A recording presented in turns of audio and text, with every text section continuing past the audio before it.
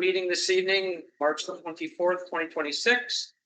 On the select board side of the table tonight, we have Amy Parsons, Jane Nevin-Smith, myself, Randy Iser, Molly Keegan, and David Phil. I'll let you guys do your thing after you open your meeting, if you don't mind.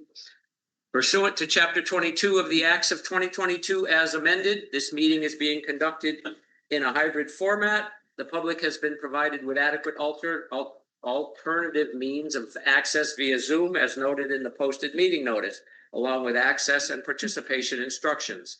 As chair, I hereby notify all participants that this meeting is also being recorded by the town through Hadley Media and will be made accessible to the public. In accordance with Mass General Law, Chapter 30A, Section 20F, any person who intends to record or transmit this meeting must inform the chair at this time. Anybody recording? No. Additionally, the virtual hybrid nature of this meeting is for convenience only. The board is meeting in person in a public location. In the event there is technical difficulties, the board will continue its meeting notwithstanding the lack of the continued hybrid access. With that, Amy? Okay, I'd like to call the finance meeting to order. And tonight here we have is Peter Matusko, Paul McCretsky, myself, Amy Fiden, Harry Vondolowski, Pam Haig, and our intern, Gage Spinkney. Okay. So apparently Gage has a presentation for us this evening, and I thought it would be good just to hear what he has to say before we start in on anything, just in case he has valuable information for us. So I'll try my very best. Go ahead. Let's share voice. Is he the mic there? Oh, thank you. Tell us what you're doing, Gage. Let me get this going. Okay. So, good evening, everyone.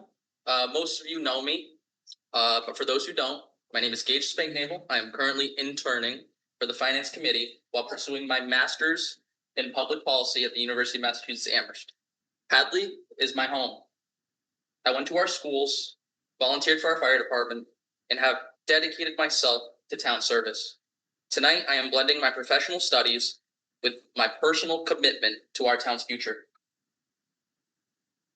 So while reviewing the fiscal year 27 budget and budgets prior, one specific area stood out.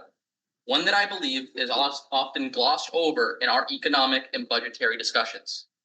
I want to use tonight to start an open dialogue on how we can leverage our institutional partnerships to improve life for every Hadley resident.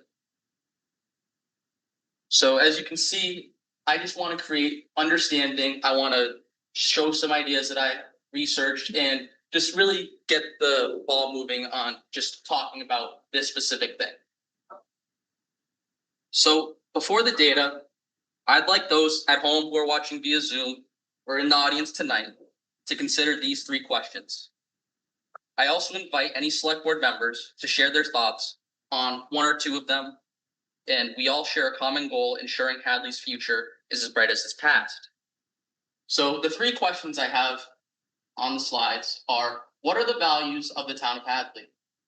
What is the town's culture? What does the future of Hadley look like to you? If everybody in the audience would like the same thing, or the select board like to give a shot at answering. Oh. All right, Gage. Trying to help you out here. Yeah, so values of the town of Hadley. I think that, again, focusing on things that I believe everybody can agree on. We love our open space. We love our agricultural heritage. I think people want to see that for perpetuity. Also a sense of community. Now we've said it before, we're pretty good at fighting, but we're also pretty good at coming together when things warrant that. Culture of the town, definitely small town. What I would refer to is that, again, that close sense of community on a variety of levels. Believe that part of the town's culture, again, very, very much rooted in agriculture, but also recognizing that we're sandwiched between Northampton and Amherst. And I think Hadley, how can I put this? I think Hadley takes a little bit more of a balanced approach to a lot of issues as opposed to our neighbors. And I think that that's something that people here appreciate and value. As far as the future of Hadley, you know, for me, I'm hoping for a financially sustainable future for the town. And I believe that that needs to include growth in some capacity. If part of the value of the town is to protect as much open space as possible, that's also basically taking that land off of the tax rolls, or at least, you know, the revenue generation that we could get out of that. And if we want to be able to preserve that, then something needs to give on the other side of it. So I think that's what the future of Hadley looks like to me, some future development, but no preconceived notion on what that might be. Awesome. Who wants to? I agree. That's perfect. Thank you. So I asked this because my research shows that a bright future for Hadley is not just about tax revenue. It's about a smarter relationship with our largest neighbor. So my research focuses on the partnership between my alma mater, UMass, and my hometown. Despite our proximity, UMass remains an underutilized resource. Tonight, we'll look into how the university impacts our governance and how we can create a more equitable relationship to solve budgetary challenges. So up on the screen is the total approximate acreage of how much of Hadley is in UMass Amherst. So the data here tells a clear story. Roughly 1/3 of UMass land sits in Hadley. As the university grows, its footprint in our town only increases, making this relationship more vital than ever. So as you can see from the slides, some key ones include McGurk, a lot of the parking facilities over there, the central heating plant. A large of it's also in the University Business Park, and obviously the Hadley Farm, like livestock research and education center. So next, I have a visual for you guys, just showing the increase of students versus basically year-round residents. So when school is in session, the local population effectively doubles in the Hadley-Amherst area. Students don't just stay on campus. They are primary drivers of Hadley's commercial district, whether it be as a worker or a shopper. Speaking from my own experiences during my undergraduate time there, students rely on Hadley for everything from fitness to food, because campus resources often can't meet the sheer volume of demand. So as you can see, the 15,000 base is based off an Amherst College study that I believe was a year or two ago, and that just shows the total number of year-round residents not in relation to students. And all this data is based from the 2020 census, so that's also around, obviously, when COVID happened, so some of the numbers may be plus or minus.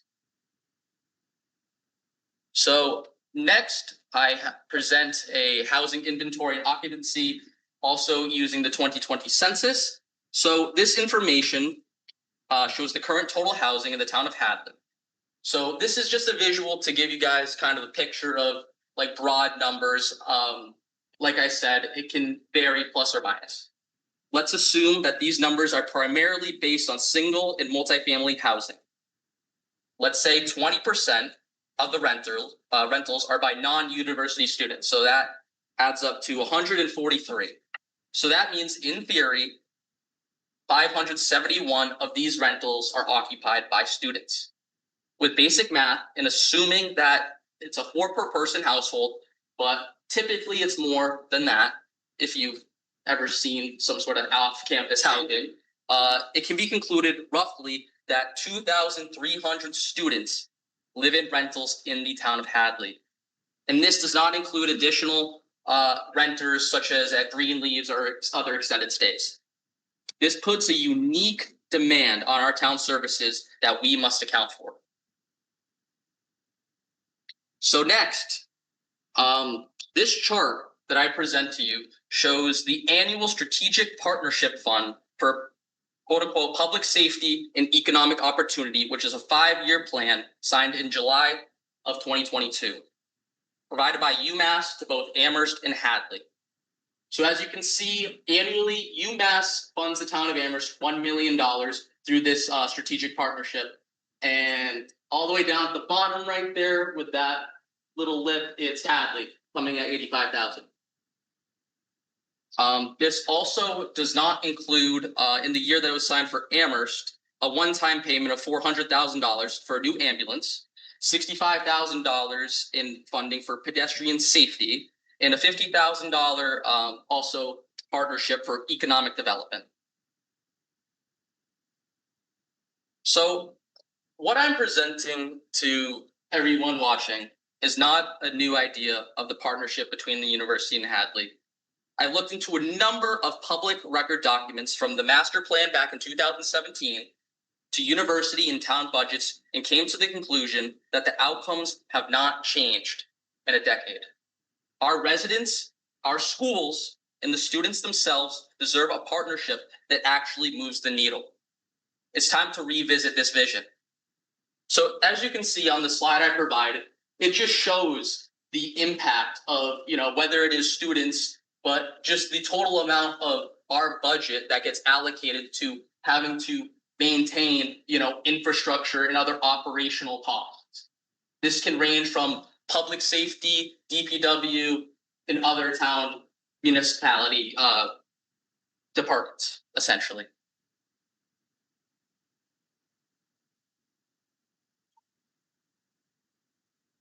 So I'm often commended for being one of the few young people involved in local government. I believe that this is a missed opportunity. We have one of the world's leading research universities next door, yet we do not have a formal pipeline for talent. Our department heads, who I have had the privilege to talk to and listen to their concerns about the budget and the future of Hadley, have needs that both UMass students could fill through either grants or internships and could help out exponentially. This presentation was to start a dialogue about this partnership and create a system of success with proper information sharing being paramount. I would like to move on to the question section and the dialogue I prepared. So I have a few questions to the select board and whoever can answer these questions regarding some of the stuff I have researched. So with immense pressure placed on emergency services, infrastructure, and housing, do you truly believe that $85,000 is an appropriate or equitable figure to mitigate these townwide impacts? And to go off of that, what is this money being allocated for? You know best.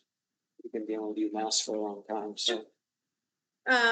Do I think $85,000 is enough? Absolutely not. As a matter of fact, we're about to enter into a new, the agreement that we have currently in place, because UMass had wanted to go with a 5-year contract. The partnership with Amherst that you highlighted was inked by the outgoing chancellor. So the new chancellor has not yet had an opportunity to be at the table for these discussions. So I think we're looking forward to that opportunity to see what his mindset might be. The $85,000 right now is not earmarked for anything in particular. Linda, correct me if I'm wrong. I believe that the revenues collected into the, yeah, and it goes into the general fund for allocation as part of the budget. So unlike and the agreement with Amherst was, I will say, it was one of a kind. I think that when we found out about it in the Daily Hampshire Gazette, I know I was somewhat shocked because that was way above and beyond what the university had been paying to Amherst prior to that. prior to that, I want to say it was, they definitely always got more than Hadley, but it was, a couple $100,000. So that particular 5-year contract with Amherst was very unique. I don't know what they're going to be doing, beyond that. But that's how we handle the 85,000. Okay. Molly, you are the liaison between the town and EMS. Okay. So next question is, why is our immediate response on budgetary complications always a choice between, laying off staff or increasing taxes rather than, seeing that number, like you said, you were shocked and trying to renegotiate the valuation of the partnership? We're there right now. Well, prior to. Like, It was is a there- 5-year contract. So I think, Gage, that's a complicated question and we've been talking about it in that we need money immediately, right now especially, and any of this stuff that we're talking about, be it new development, negotiations with UMass or whatever it might be, doesn't happen fast enough for us right now. So the raising of taxes is really our only option at this point. And the other thing I would say too is, this is all about relationship building. And when we have changes in personnel on our end of it, we've had, multiple town administrators at this point, and, UMass themselves have gone through some changes. So I also want to be clear, just in case anybody thinks differently, it's not that the asks haven't been there and the arguments haven't been made.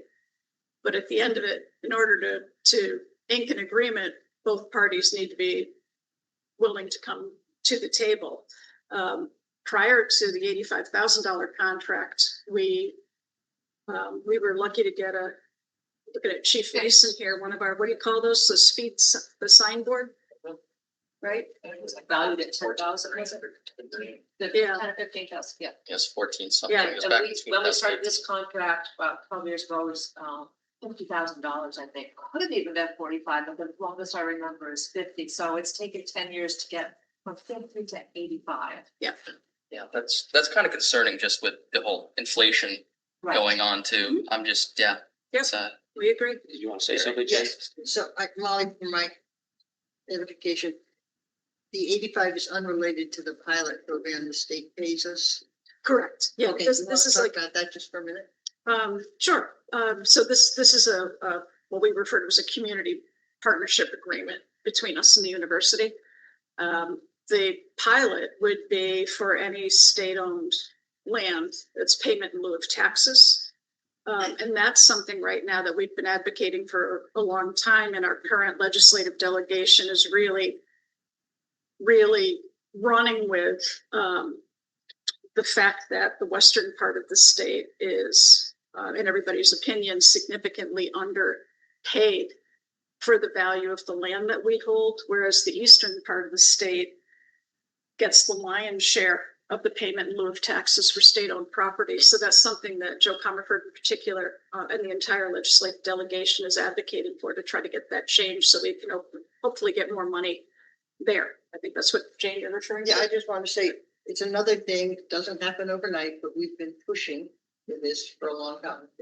And it looks like there may be hope on the horizon. But the pilot is paid by the state, and this is paid by. Correct. The university. Yep. Correct, but in terms of the first slide with the amount of land, that was 52.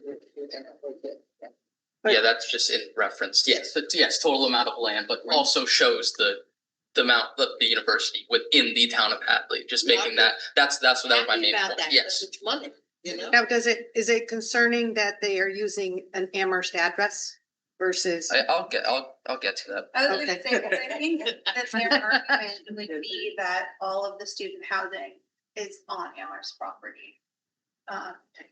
For that. So next question, Molly, you said it's very important that, the community aspect is fulfilled and we're getting a seemingly fair share. And so in years previous and continuingly into fiscal year 2027, was and or will the finance committee be directly involved with the specific allocation of these funds?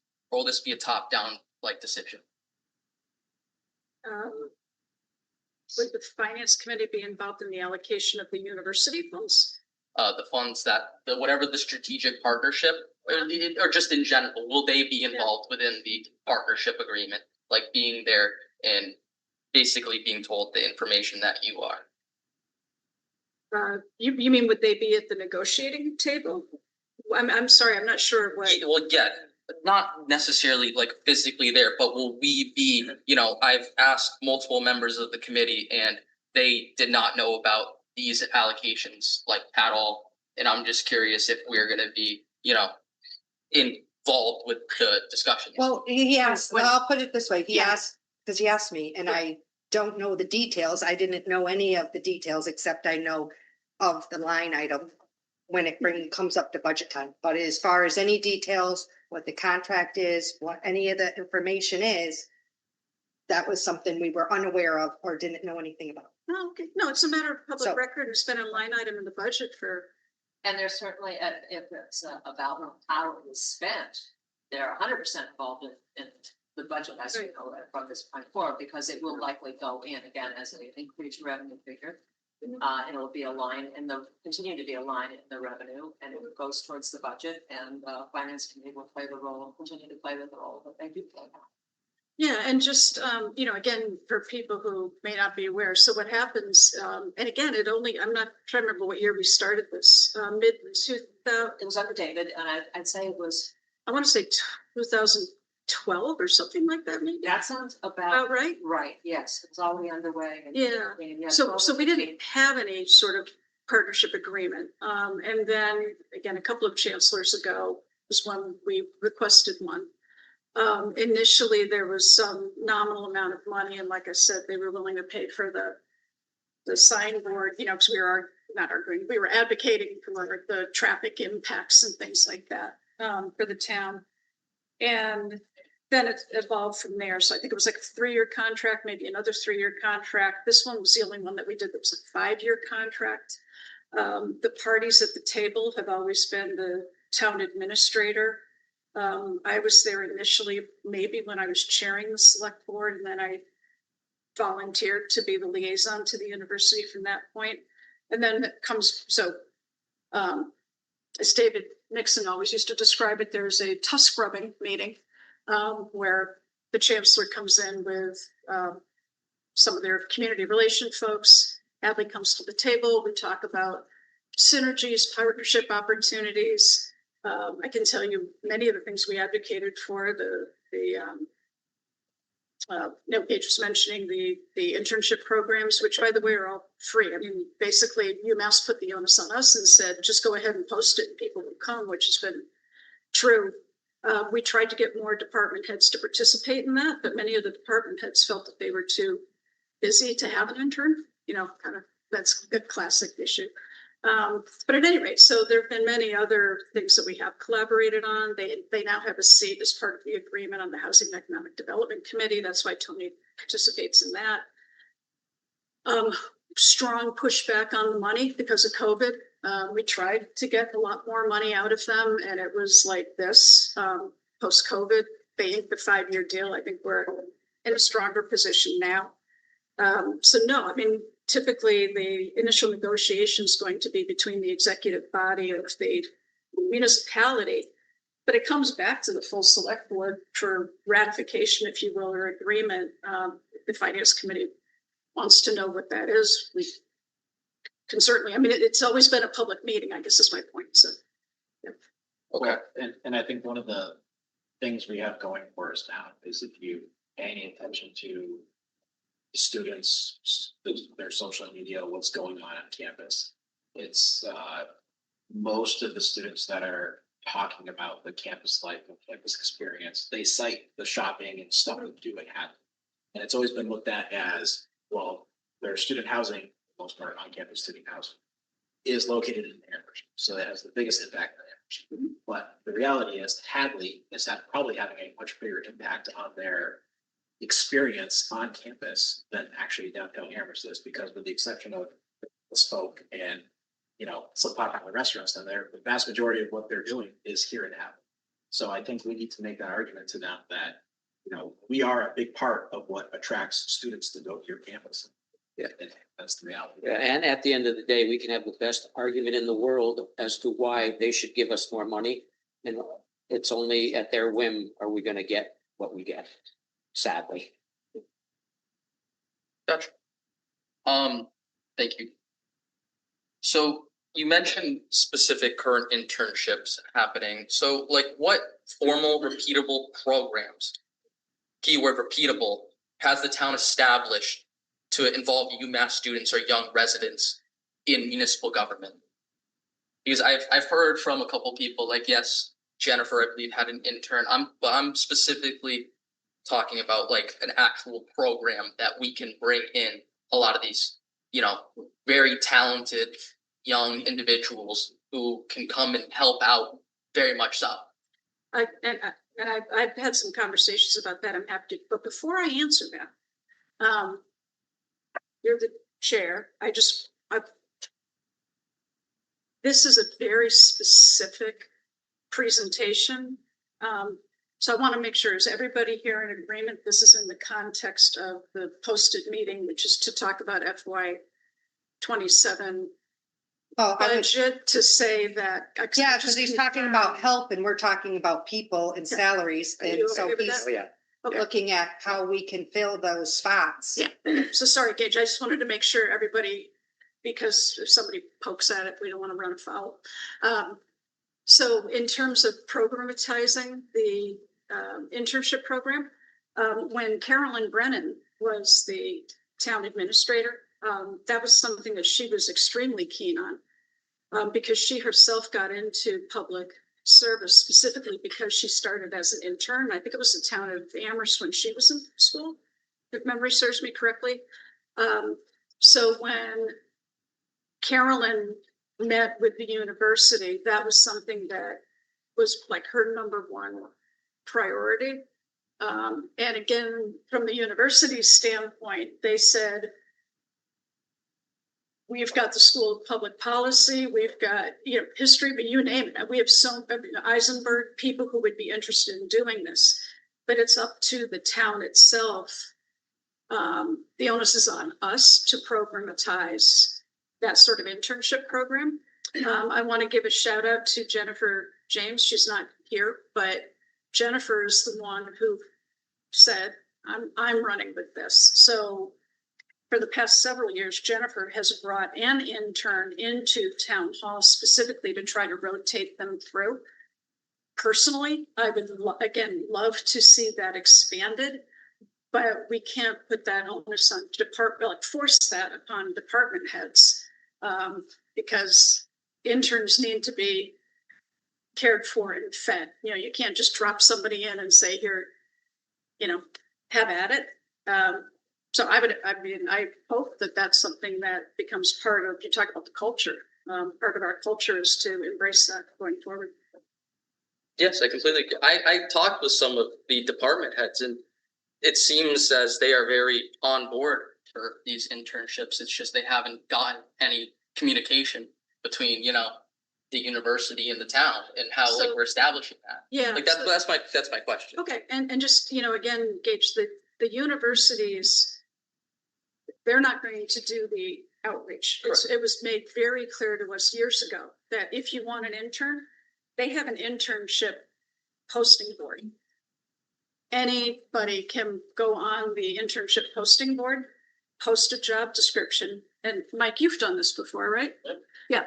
You go on and post for an intern and accept the applications and bring them in. So, and I was actually at a department head meeting when this was communicated years ago. So there may be some new department heads that aren't aware of it, but everybody should be.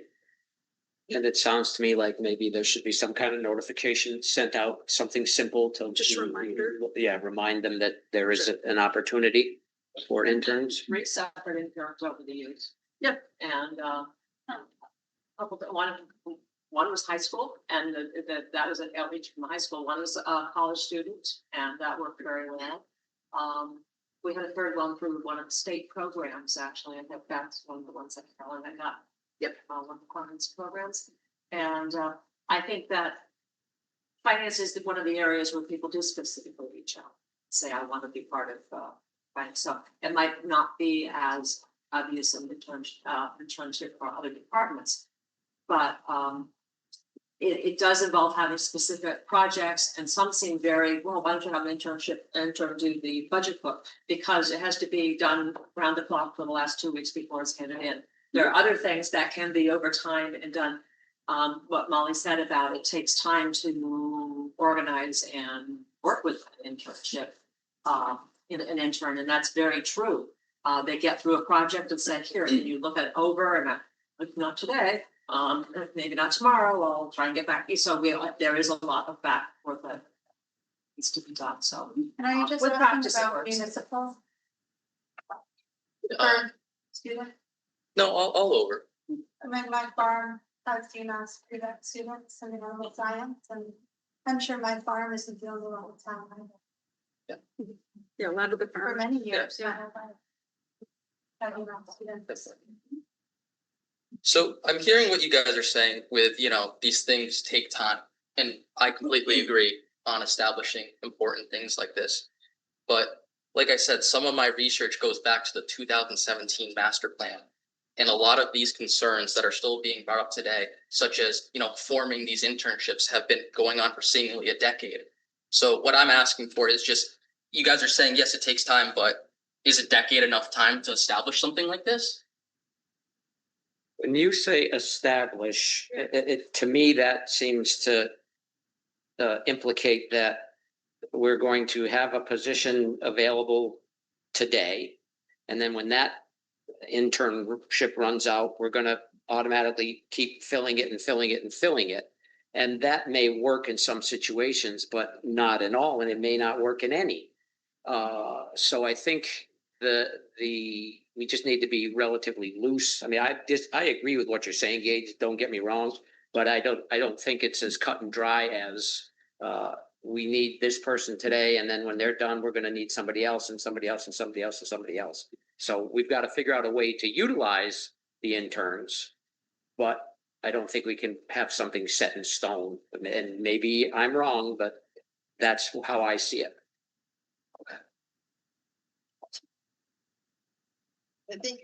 I know the program that Jennifer had, where she had an intern get all of our things up to date. All of our bylaw things we had. So there is probably, she had a specific job and could turn someone loose. But sometime, and it was something I know she had been trying to do and didn't have time. But it would have to be something that the department chair would already have thought about doing and recognized they didn't have the time, but they'd still have to, in many cases, spend a fair amount of time explaining what it was and where to find it. Okay, I'm a little lost, just a little. I'm so sorry. I'm just a little lost. We're being asked why we don't have a program. We're giving all these examples of interns. And then we're like, why don't we have a program? But we have had the interns. I think what Gage is saying, he wants to see a continuity. It's what it sounds like to me. Or build it out. Yeah. Yes, built out, Yeah, okay. I mean, yes, it's very nice to have maybe like an intern, once a year or something like that, like you're saying, very sporadically. But like I said, this is a major research institution with people like myself who want and frankly need experience within a position like this. And I just think it's not being utilized, that we aren't establishing like a formal position like that. Yes, it is very awesome how some people reach out to us to get involved, and I appreciate that, but I feel like we're losing a lot of, potential just for future people who want to come back of talent and work for the town as well. Don't want to take up too much more of time, but I would just like to leave everybody with this. We often talk about, words such as community, inclusivity, and valued partnerships. I want to just leave you with one final observation that speaks to the heart of this established partnership. As Amy mentioned, did everybody bring out their phone just and look up UMass Central Heating, for example. Test. Yeah, I was gonna say, is there, It is. can we use AI or? Can you use your phone? Never use, I'm sorry. Don't use chat. And so according to the town of Hadley GIS, the central heating plant along with McGurk Stadium are located in the town of Hadley.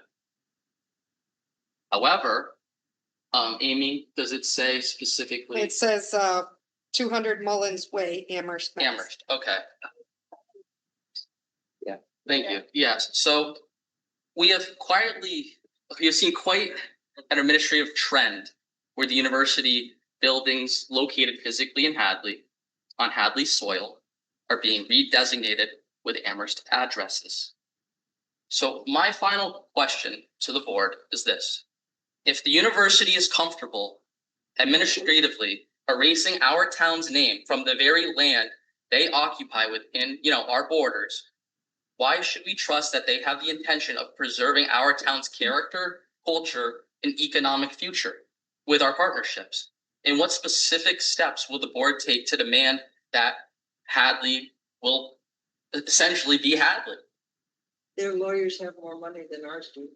We've been fighting this address thing for years.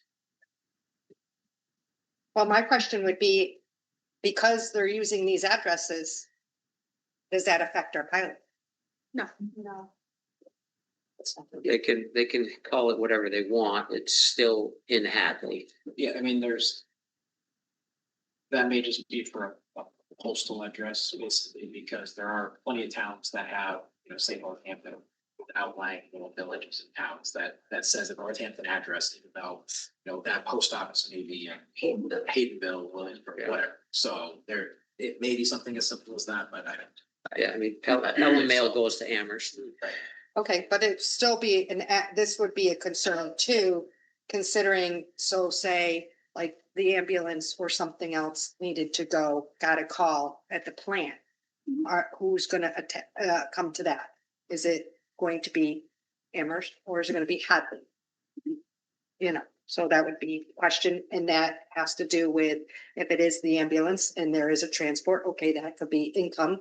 Yes, it's not our ambulance, it's still Action, but that affects our money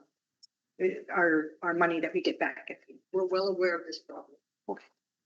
And we're also, yeah, We've been fighting it very hard. Well, I don't know what we can do about it. We've tried in the past. well, For sure. what we did is we now have a very good working relationship with the Amherst Fire Department and the university. And we have, and you could ask this in the ambulance Pam could ask this in the ambulance oversight committee meeting. The number of calls that we're actually getting now to Amherst for mutual aid as well as the university has gone up quite a bit. And I actually talked to Amherst about this just, within the past week. So trending in the right direction. Awesome, thank you. Something to think about, because I know we just passed this, was having this study, from Mill Valley Road for the sewer bargaining chip. They're taking our sewer, their sewer plant is on the town of Hadley, worked that within the bargaining chip of saying, you're gonna take the sewer from Mill Valley Road East because technically you want it to be as part of revenue for them. We charge $2 for water and sewer. We get $1 back. So to them, everybody's still thinking we're making $1. We're getting some sort of negotiation saying, you're not going to give us anything more for our pilot than just take all of our sewer. We take the revenues and you take our sewer from Mill Valley East as a coordination of your sewer plants in our town. You can take our sewer. Just a thought, when it comes to negotiations, the things don't work with. Well, sadly, Peter, we're talking about UMass and the sewer plants, the town of Amherst, so it won't work. I appreciate what you're But saying, the sewer plant is in the town of Amherst, or is it not? the one we're talking about, but that's off topic. Yeah. Right, So I but think I we mean, need to things of I stay clear of that right now. If it comes to negotiation. Yeah. Just a No, so Yeah. I think, if I'm looking at you, but I know the select board's the same thing. If people have ideas that they want brought to the university, just articulate them and they'll be brought. Don't assume because something hasn't happened that it's not that the dialogue didn't take place. It's just at the end of it all, you've got to reach an agreement. So we actually had additional funds from the university on the table. And unfortunately, you know, we were mired in some difficult conversations with them related to public safety that prohibited us from being able to collect that additional revenue. So there's a lot to these stories. And yeah, so if any ideas, by all means, pass them along, whether it's to Randy or to me, and, you know, happy to. And the sewer connection has come in the context of additional development. So when Gage had mentioned this to me, that he was coming, I thought it was probably good timing because it was a 5-year contract. It was expiring in 27. And so we are looking at the fiscal year 27. So if there was additional income to come in, we thought that it could possibly take effect in 27. Yeah. So that's why this was a big deal that I thought when he mentioned it, I'm like, oh, well, that is something to talk about because it could really affect our budget. Yeah, and Gage, do you have much clout at your alma mater where you can help us out? Oh, I believe I do. I have a little bit. So is this agreement expiring at the beginning of 27 or the end of 27? That's a good question. I think it's July 22nd. No, it goes by fiscal year. It's probably at the end. I think it's at the end. That would be typical. Because Tony Maroulis had just reached out. So any Saying we adjustment need to- wouldn't take effect It until wouldn't be until, 28. 28 yeah, plus, yeah. I believe so, yeah. Well, Gage, Thank I would like to thank you very much for that presentation. Well done. And as an intern, did you come to us or did we come to you? I came to you guys. a little bit of both. A little bit of outreach. All right, well, thank you again. Yes, thank you. Bill, I'm retired, but I worked for UMass for 16 years. And I just want to urge both that if who's ever negotiating on your behalf, UMass will come back and say, well, sure, we'll give you more money. You go to your legislators and get us more money. I worked at UMass long enough to know that that's the way it works. They get their money from the state. Mhm. Right, and so they're gonna, you have a wonderful negotiation with them and everything, gonna go, you know, rosy to peaches and everything. Then they're gonna say, we need you to go to your legislators and get increased money to UMass budget. But just be prepared, because that's the way my experience. thank you.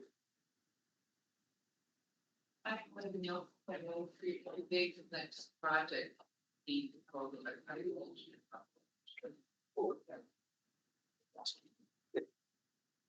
So now you got a job. Anybody else have any comments? Yeah, I'm gonna go.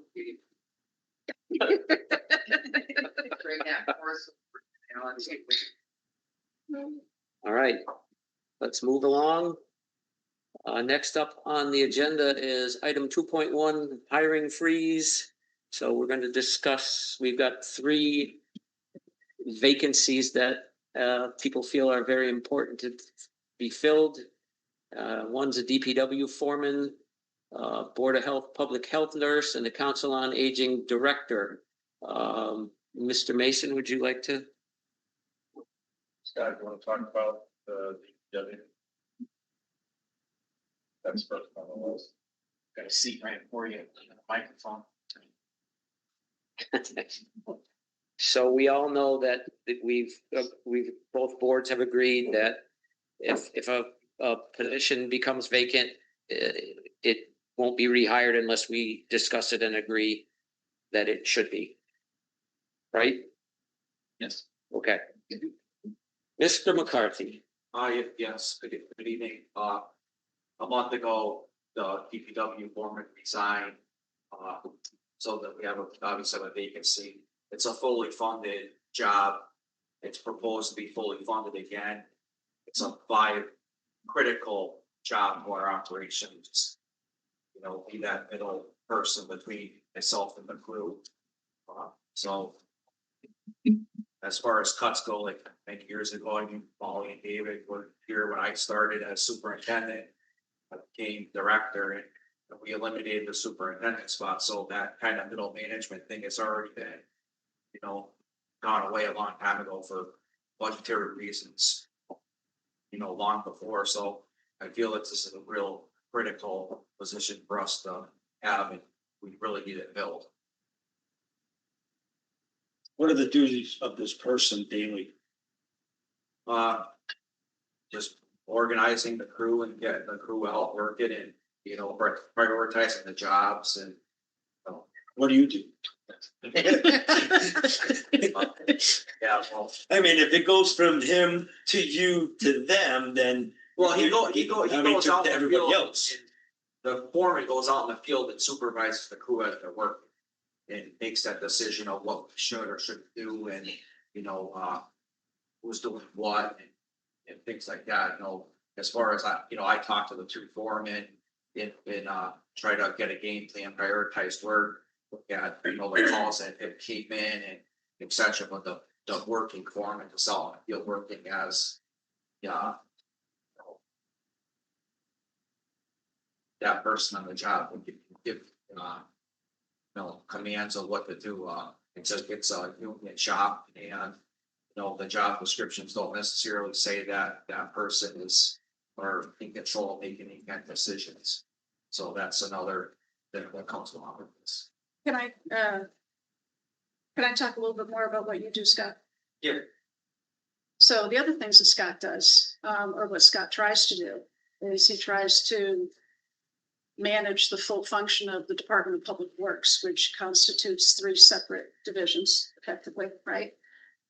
What Scott should be spending his time doing and tries to spend his time doing is sitting at the table with the town of Amherst, negotiating the hookup in the design work going into building out that sewer line to the town of Amherst. Scott should be dealing with personnel issues and, you know, all the human resource aspects of the department. Scott should be looking into grant applications, one-stop programming and everything, which you try to do when you can, right? Scott would be advocating with the engineers for the levee system, all of those significant projects around town. And when you don't have a foreman, I'll liken it to any contractor that's, you know, of some size. The lead contractor is the one running around trying to get the jobs, the pipeline, all of that stuff, making sure the customers are satisfied and everything. So it's really that relationship between the DPW and the folks in Hadley, you know, the residents who have issues, the commercial property owners who have issues. Scott's the one over there trying to calm the waters or try to figure out where we have problems. And that foreman is the one managing the day-to-day, just like you would have in any sort of contracting arrangement. And in the absence of that position, Scott's trying to do it all. How's that feel? It feels good. So like just, you know, you want to know what I got going on right now. So you got a water tank, multi-million-dollar project trying to go on to water department, for upgrades to the water plant, sewer department infrastructure that's totally falling apart. We're trying to figure out how to piece that back together. We have 2 major field culverts right now and major roadways. We can figure out how to piece that back together. I got a complete streets program trying to go on right now to get $1 million. So mostly to do road work. Have a small bridge program trying to go on, fix a bridge, you know, multiple grants, shared use path grant going on. I just got another grant the other day. I know Mike hasn't talked about that yet for $100,000 coming in. So hey, I'm doing quite a bit, Peter, actually, really, you know. Yeah. I And just have to ask the question because you're telling me this. and Peter, I just want to say, I'm only jumping in as a select board member because I just worry. I mean, questions are being asked. They're legitimate questions. Like, do we need this level of staffing?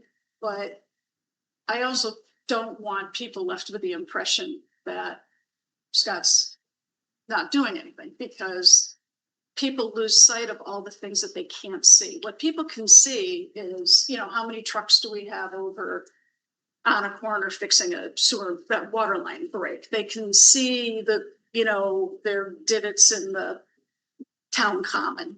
They don't see all of the administrative work and the hardest part of the job, which is oftentimes happening from behind the desk. And I just want to highlight everything Scott's doing and should be doing, and the opportunity cost of what he's not able to do when he has to manage the crew who's out fixing the ruts on the town common. So again, I just want to make sure people understand. Just asking the questions that when people come to me and say, well, if we have this person, then what's he doing? I'm just speaking for the taxpayers that would want to know, because if they're not here to ask, then who's there to ask everybody here? Yeah. Someone like me that is concerning for the town and the taxpayers. Yeah. Do we have anybody, if this person isn't available, do you have anybody in-house or with the position that's there? What are the qualifications for him being this manager above the workers that you have right now? Does this person have any other qualifications other than the 5 guys that you have now that are doing repairs? Yes, they do. There's a full job description for that. Not a job description. I just mean, is there someone that could, is there someone that could step up that we have that's already in DPW, that if you've seen that we have, sometimes you have good employees, sometimes you have some are okay employees that are just, you know, going with the times. But do we have good employees that could step up to say, all right, maybe they could potentially fill into that position? Do we have anybody? I don't know if you're going to be insulting anybody, saying, do they have those type of abilities to being in that potential foreman's position? Because we like to be hiring in-house for things that we're doing. Why not think of something for that same position? Oh, I was just gonna say, because they are a union, so typically when there's an open position that it would have to be posted and they can hire from within.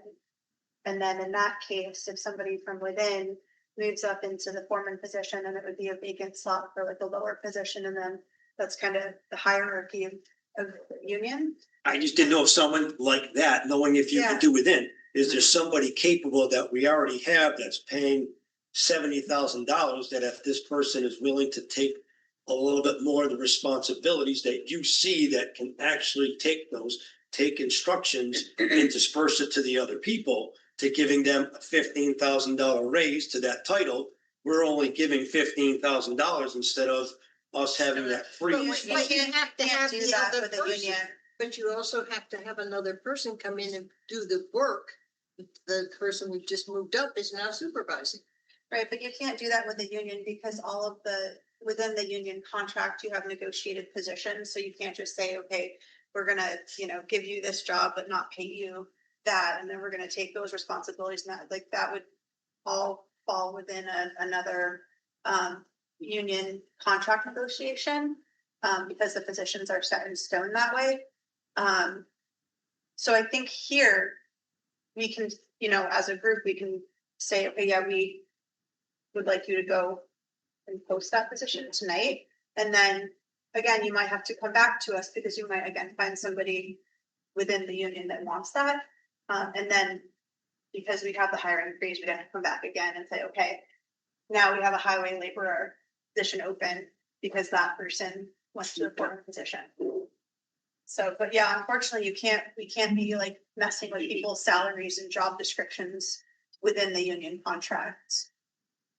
I have a question. My question is, are you looking to hire the person, or the next person at the same or lesser salary? Are you looking for more money? Within the Within what that limits of the person has? contract, it's a contracted position, so it's a salary set. And it was budgeted on the high end, that's the last person made, so it's budgeted for the highest. Because it's a foreman, is that person in the union also? Yes, sir, it's a separate. They are, I heard you say, working for us. Yes, Okay, and it's not a new position, it's just a replacement. Due to resignation. So when you say working, if there's a snowstorm, they're plowing snow. If there's equipment to operate, they're operating equipment, right? Within the confines of the contract. Is there, there's labor between both unions.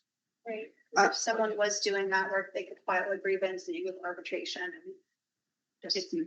So I have another question is, does that come with special, does that person have to have special licenses? And if so, is that someone that will have to come with those? Or are we gonna have to pay extra money for them to go get A special? position like that should come in with those, because it's not an entry level position, so anyone that is coming would have to have those. They've always have in the past. How many employees do you have now in the DPW side that are able to, Highway side. highway side, yeah, sorry. For highway department personnel, the two mechanics. That, float between doing whatever, Mhm. the missing one. And at your peak, how many employees did you have on the highway side? In my tenure, we're missing two. Okay. Does this foreman count as the second one? Or- So right now you're at three Well, yeah, in essence? Okay, And then we chose to cut.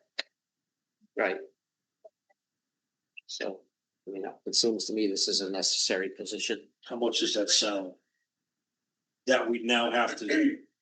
But it's in there. No, it's Peter. already in there. It's already, It's already there. It's already budgeted, but depending on how the person comes in, right, because it could be anywhere on the scale from the low to the high side based on Their experience, experience. So it's not like necessarily set in stone, but it's all budgeted, It could be as if less. it was the high side.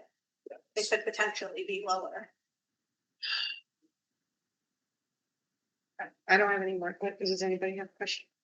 Okay, I move on the select board side that we, put this position, in the hiring freeze. second. Okay, motion by Jane, second by David. All those in favor? Aye. We have a motion here. I make a motion to remove the freeze for the DPW. I'll second that. Okay, motion by Pam and a second by Paul. All in favor? Aye. Opposed? I'll go with it. I'll go with the removing the hiring freeze. The first vote. Okay, Yeah. thank you. You're, okay, Scott, thank you. Go get those grants, Scott. Yeah. Okay, next position is the Board of Health, Public Health Nurse. Who can speak to this? I can touch on it. I think Jane might be able to add a little bit more information, but our public health nurse that works for the Board of Health just recently resigned, and it has been expressed to us that this is an important position. And they would like to be able to post and rehire for it. Jane, can you tell folks just kind of what? So the public position health it's for? nurse has, had office hours at first on a weekly basis, and then it went back to 2 weeks. Because she had other employment that she was looking to have a life with. But it's a very useful position at the senior center. As you know, seniors have health issues, and having somebody, even blood pressures, or someone they can talk to professionally about, well, I have this problem, and you think I really need to see my cardiologist, and then there says, I'll drive you now to the emergency room, or whatever, that sort of thing. It's nice to have somebody on site that you don't have to make an appointment if you have a question. Is this nurse specific to the senior center? No, it's a town nurse, but she holds office here for anybody in town. And there's nobody from the Board of Health to speak to it either. I think so. See anybody? Do we know how much this costs or? It's whatever the salary. In the budget for $10,518. Yes, I thought it was like It's part-time, it's 28 hours a month, that's what the Board of Health told us. They were at our last meeting. It's supposed to be 28 hours a month. And it's 10,500. It's the salary. Is it all on site or do they have to go to a home? No, they don't go to homes. Okay. It's on site. And because it's only 28 hours a month, I think that's under what we do for No, that- benefits. Yes, So ma'am. there's no benefits. Then motion from the select board to increase the. Yes. Motion by David, second by Molly. All those in favor? Aye. We'll make a motion that we, with the hiring freeze for the public health groups. Second. Okay, motion by Paul and a second by Pam. All in favor? Aye. Aye. Okay, unanimous. Okay, lastly, we have the Council on Aging Director. At the last finance committee department head meeting, I believe the council, the interim director presented you all with the budget and her idea for the combination of these positions, and the select board got a sneak peek at it at the meeting the day before that. Essentially what the COA is requesting is a combination of the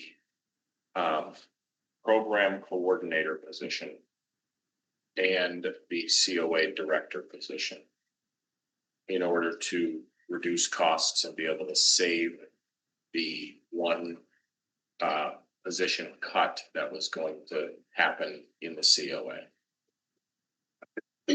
Just a note on this, I'm not sure if it was said during the finance committee meeting, but it was said to the select board. Even if this position is unfrozen, thawed, whatever you want to call it, there still does need to be some impact bargaining with the unions over this, because the program coordinator position is in the union. And so ultimately what the request from COA is to allow the director to do union work. We will undertake that only if the position is unfrozen. I really appreciated what she did. And she put a lot of work and thought into it. And on top of saving the position, she also saved an additional amount of money beyond what she was budgeted for. So my only concern with this is you are doubling her pay. But not really. She's going from 43,000 to 86, and I get it, she's combining a job and she's doing more stuff, but I don't think we need to give her 100% Okay, wait, raise. that's not correct. That does not show, she who was never fully budgeted by the town. Part of her money was covered by a grant, so the salary was higher than that. 10,000 higher. 10,000 higher than that. In addition to which, she's been getting a stipend for being acting director of like 15,000, so she's add 25,000 to that before you say she's getting. Okay, so I did not know that. Right, so that let's doesn't say change- that, that's what the Right. town budget says.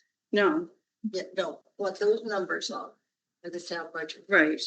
So Yes. that's what we were given and that's Right. what I'm looking at. Okay, It but looks that's to me like different. she's getting a, But that's the difference. It's not a huge raise. And in fact, if you look at the line where she could have been and what the town. I get it. She dropped it down, which is, She dropped it down. I think anyway it's great, but just looking at numbers, it looks like she's getting 100% raise. But if she's doing the job and it's the position that she's being hired into, right?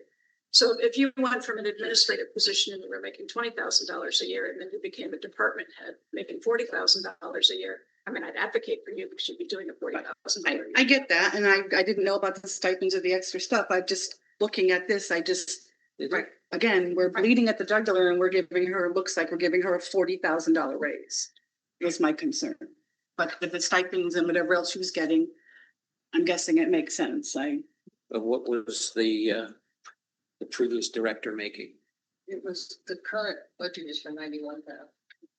So, She dropped it to 86. so And what we were asking for the union was to keep a program coordinator position open for something in the future as part of what we're going to. We haven't even gotten into it yet, but that would be my thought as to how you know, what would be palatable for the union is to not lose a union position. I would imagine that they're gonna be pretty strong on that point.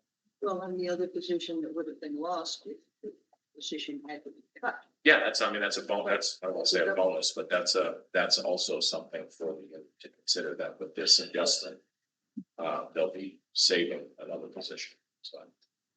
Right, I'll move that we unfreeze this position. Second. Motion by Jane, seconded by Molly. All those in favor? Aye.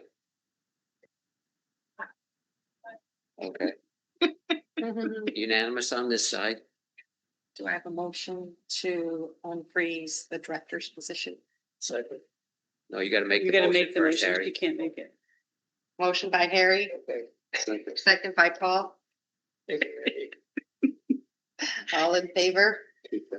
So, so before this, what is the increase? So what are the two positions that this one person would be doing? Council of Aging and, The program coordinator and the. It's exactly what she presented last week at your meeting. I'm asking now, what is it again? Because that was last week's meeting. So what is it again for the two positions? So Council on Aging Director Okay, is what she'd be moving into, and she has been the program coordinator. Coordinator. So she's combining her. You should be doing both of those jobs, Peter. So she's kind of been doing it for the last year. okay. Glad your memory's like mine. That was last week. Yeah, Yeah, sorry to interrupt. no worries. So, we have a first and a second. Any other questions? All in favor? Aye. Aye. Any opposed? Any abstain? Abstain.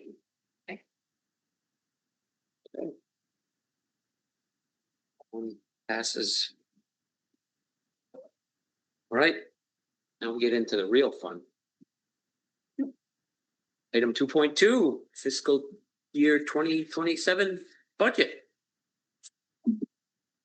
So last time we met, you guys were going to start talking with, the finance committee was going to start talking with department heads.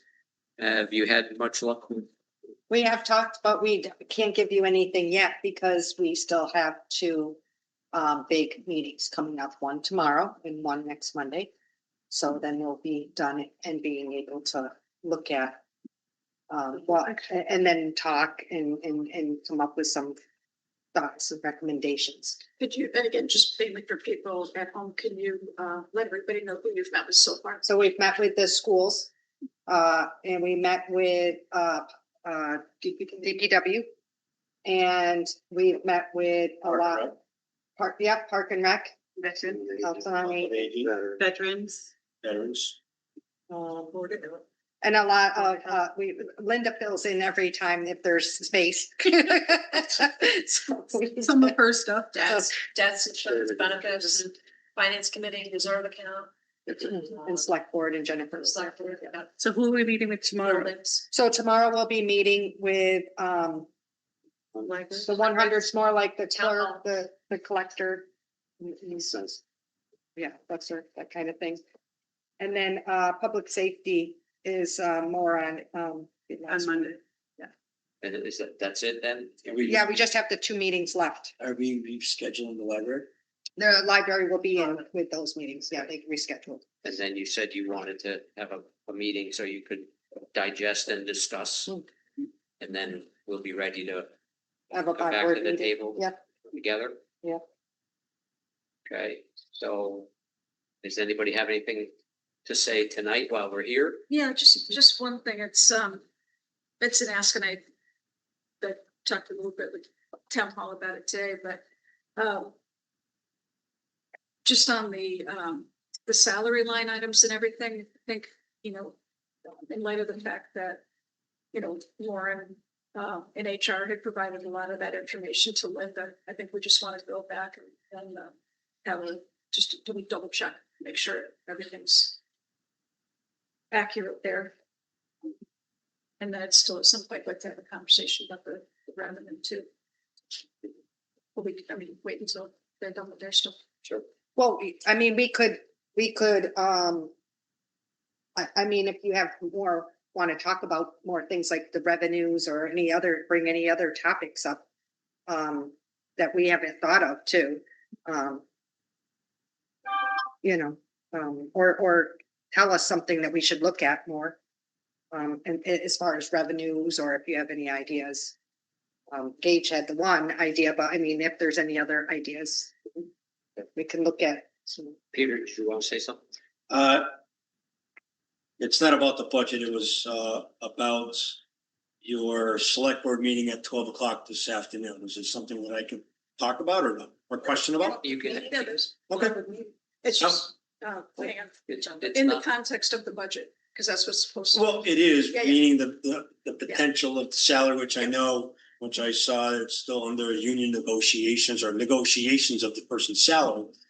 Now, is the person that you've all unanimously elected, is this the person that was from Amherst, that the five of you or whoever was on that committee when it came to the hiring of these applicants for the town administrators, that if all of you said no, what made you change your mind a year later to say yes?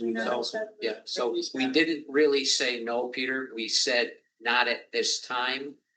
The majority of us were in favor of him, but due to the fact that we were going into this override and everybody in town hall was just so focused on that, we felt like it was not the right time to hire somebody in that position, just because they'd be. That's why we tortured Mike for the best. Exactly, 'cause he likes it. Right. Now, is there a way of me asking, because we don't know anything about the hiring of this? Does this person actually have the experience for the requirements of what a town administrator is supposed to do with HR, all the things? And I know everybody, no one likes to go back to Nixon, of all the things, not the hours, but what he knew when it came to that position. Does he know about union agreement, or whoever this person is? Do they know about union agreements? Do they know about potentially payroll and HR things? What is the background of this person from Amherst as to the qualifications to filling in this high position of this town, of potential, what you have in the book here for that highest salary, of knowing, are we just filling this spot for this salary just because no one else will take it? Or because, like it seems to be the narrative as well, we can't hire anybody because they're taking such a low salary.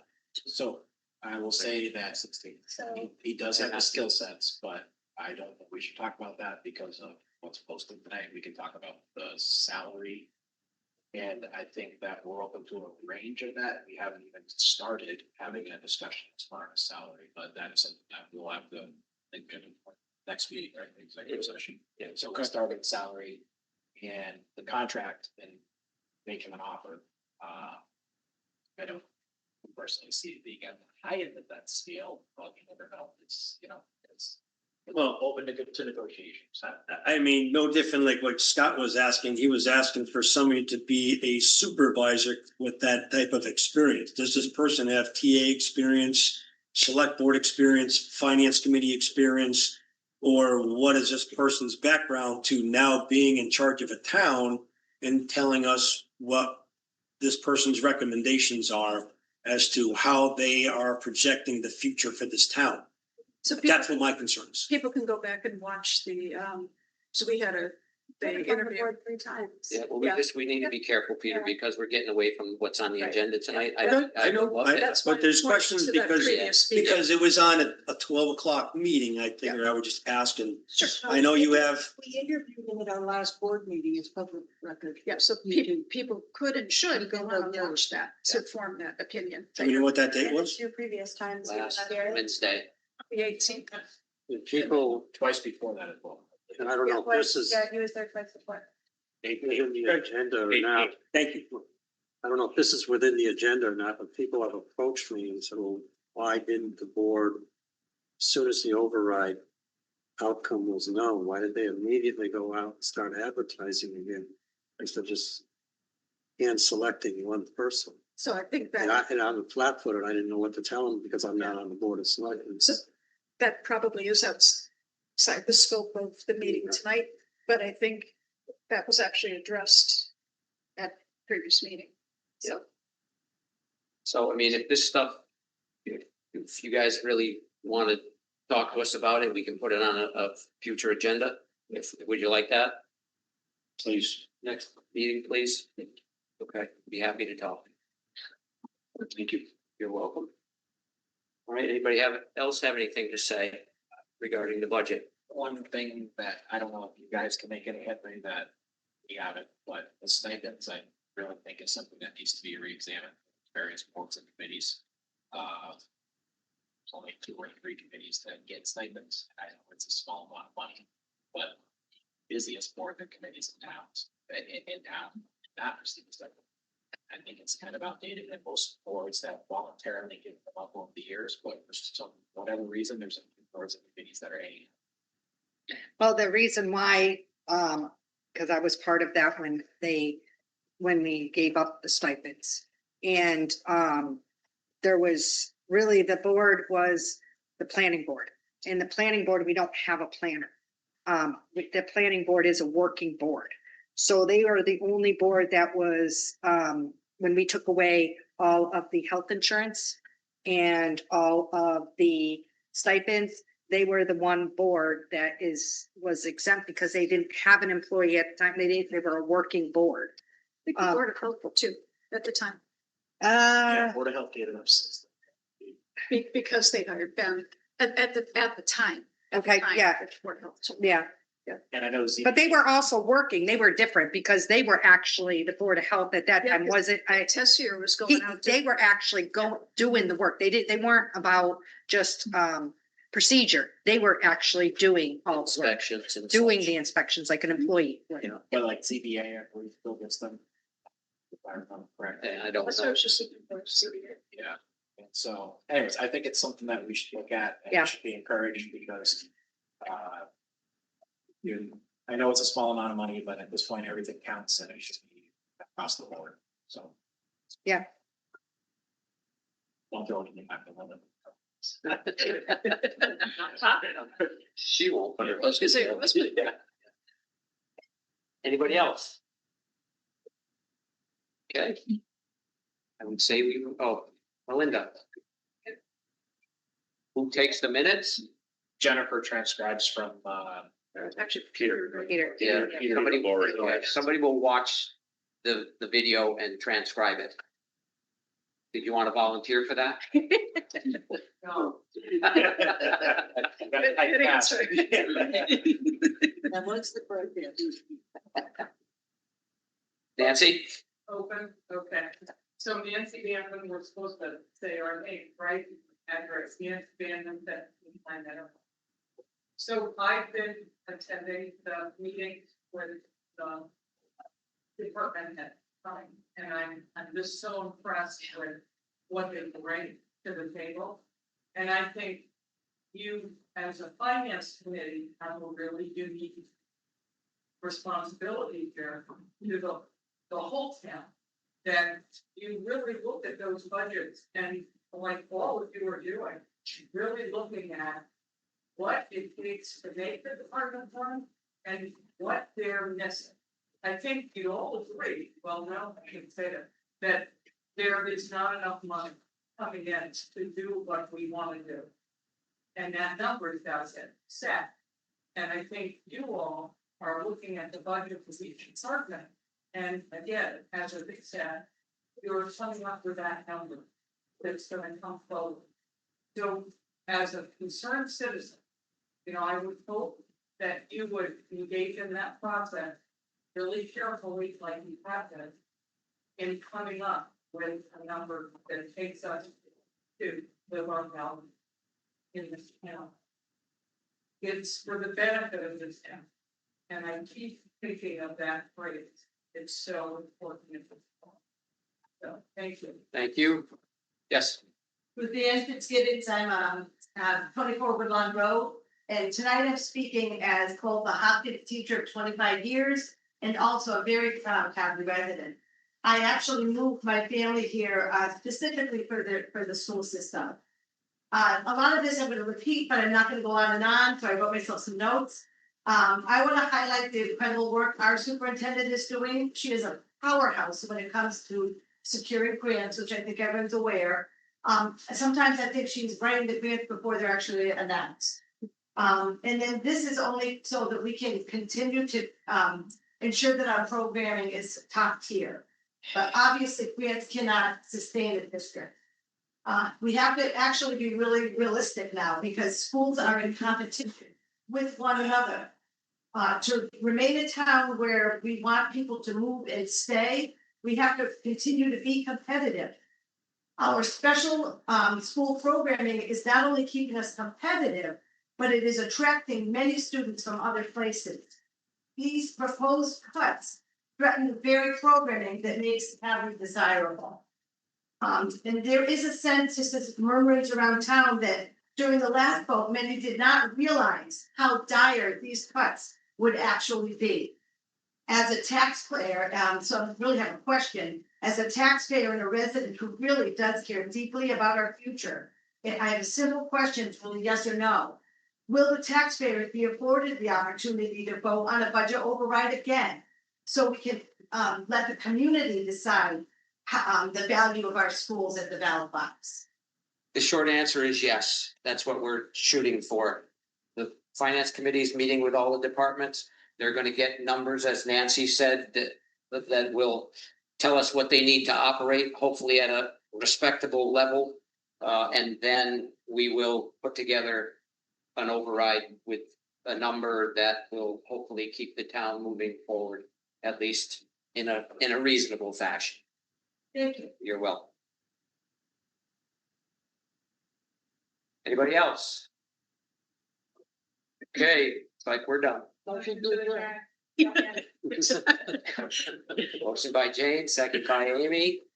All those in favor? Aye. Okay, good night, everybody from the select board Recording side. stopped. Motion to adjourn? Second. Okay, motion by Pam, second by Paul, all in favor? Aye. Finance is